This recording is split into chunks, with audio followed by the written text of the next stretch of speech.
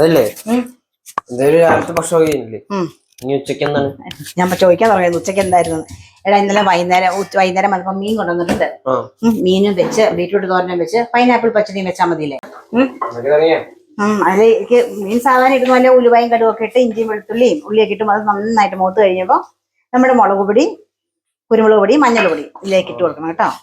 നല്ല രുചിയൊക്കെ കിട്ടണമെങ്കിൽ ഇച്ചിരി വെളിച്ചെണ്ണയൊക്കെ ആ മുളക് പൊടിയിലേക്കൊക്കെ ഇട്ട് കഴിയുമ്പോൾ നല്ല രുചിയായിരിക്കും. കൊടമ്പുള്ളി ഇട്ട് വെച്ച വെള്ളം അത് നന്നായിട്ട് അങ്ങോട്ട് തിളപ്പിക്കാൻ വെക്കുക. നന്നായിട്ട് തിളച്ച് കഴിയുമ്പോൾ നമുക്ക് മീൻ ഇട്ട് കൊടുക്കാം. ഇനി നമുക്ക് മീൻ നന്നായിട്ട് തിളയ്ക്കുന്ന സമയമുണ്ടല്ലോ, നമുക്ക് ബീറ്റ്റൂട്ടിന്റെ കറികളും വെക്കാം കേട്ടോ. ഇപ്പൊ ബീറ്റ്റൂട്ടിന്റെ അതെല്ലാം കടുകൊക്കെ പൊട്ടി കേട്ടോ. അപ്പൊ നമുക്ക് 2 വറ്റൻമുളകും ചെറിയ ഉള്ളിയും കൂടെ അരിഞ്ഞത് റെഡിയാക്കി അങ്ങ് വെക്കാം. എന്നിട്ട് പിന്നെ അതൊന്ന് വരണ്ട് വരട്ടെ കേട്ടോ. നല്ല കുറച്ച് ഇഞ്ചിയും വെളുത്തുള്ളി, 2 തള വെളുത്തുള്ളി മതി കേട്ടോ. ഒന്ന് അരച്ച് നോക്കിക്കേ, നല്ല കാന്താരിമുളകൊക്കെ ഇട്ട്. അപ്പൊ തേങ്ങയൊക്കെ ഒന്ന് നന്നായിട്ടൊന്ന് ചൂടായതിനു ശേഷം നമുക്ക് ചെയ്യാം. ബീറ്റ്റൂട്ടൊക്കെ ഇട്ട് കൊടുക്കാം. ഇത് കഴുകാനും എളുപ്പമുണ്ട് കേട്ടോ. ഈ പാത്രം ഇതിങ്ങനെ നല്ല പ്ലെയിൻ ആയിട്ട് ഇതിൻ്റെ ഉള്ളിരിക്കുന്നതുകൊണ്ട് നന്നായിട്ട് നമുക്കിത് കഴുകിയെടുക്കുകയും ചെയ്യാം.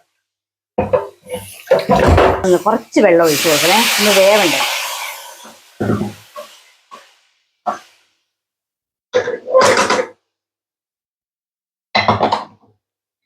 എങ്ങനെ ബീറ്റ്റൂട്ട് അവിടെ നിന്ന് പതുക്കെ ഇരുന്ന് വേവട്ടെ കേട്ടോ.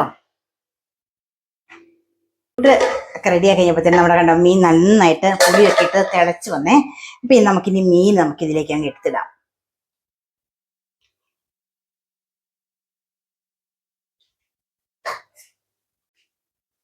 മീനൊക്കെ ഇട്ട് നമുക്കിത് നന്നായിട്ടൊന്ന് ചട്ടി ഒന്ന് ഇളക്കി ഇങ്ങനെ ഒന്ന് കൊടുത്തതിന് ശേഷം നമുക്കിതൊന്ന് അടച്ചു വെക്കാം.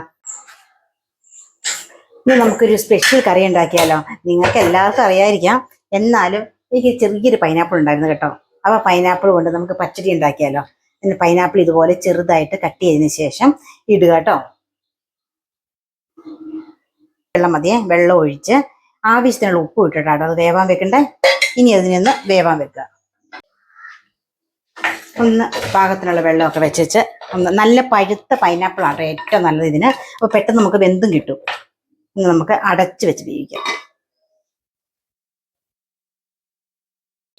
അത് വേവുന്ന സമയത്ത് ഇനി ഇതാ കടുക്, ജീരകം, ചെറിയ ഉള്ളി, കാന്താരിമുളക്, തേങ്ങ ഇതെല്ലാം കൂടെ മഷി പോലെ അരച്ചോണ്ട് വരാം നമുക്ക് കേട്ടോ. ഈ തേങ്ങയൊക്കെ അരയ്ക്കുന്ന കൂടത്തില് ആദ്യം വെന്തിരിക്കുന്ന പൈനാപ്പിളില്ലേ അതൊരു 2 കഷ്ണം ഈ തേങ്ങയിലേക്ക് ഒന്നിട്ടടി തേങ്ങയും കൂടെ അരച്ചെടുക്കണം കേട്ടോ. അപ്പൊ നല്ല ടേസ്റ്റും വരും. എന്നിട്ട് ബാക്കിത്തെ വേവട്ടെ. ഇപ്പൊ ഈ 1/4 വെന്തിരിക്കുന്ന പൈനാപ്പിളിലേക്ക് കുറച്ച് മഞ്ഞൾ പൊടി ഇട്ട് കൊടുക്കണം, മുളക് പൊടി, എരിവിനൊക്കെ ആവശ്യത്തിന് ഓരോരുത്തർക്ക് കേട്ടോ ഇട്ട് കൊടുത്തിട്ട് നന്നായിട്ടൊന്ന് ഇളക്കി ഒന്നും കൂടെ വേവിക്കാൻ വെക്കണം. ഇനി നമുക്ക് ഈ അരപ്പ് ഇട്ട് കൊടുക്കാം.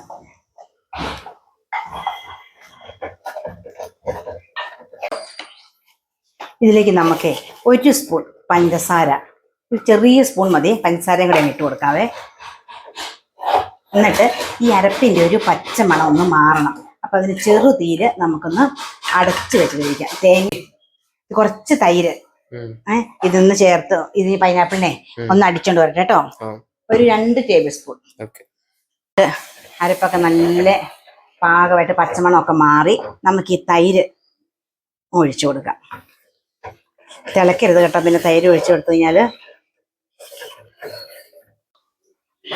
ഇങ്ങനെ നമ്മുടെ പൈനാപ്പിൾ പച്ചടിക്ക് നമുക്ക് കടുകും കോടയും വറുത്തിടാം.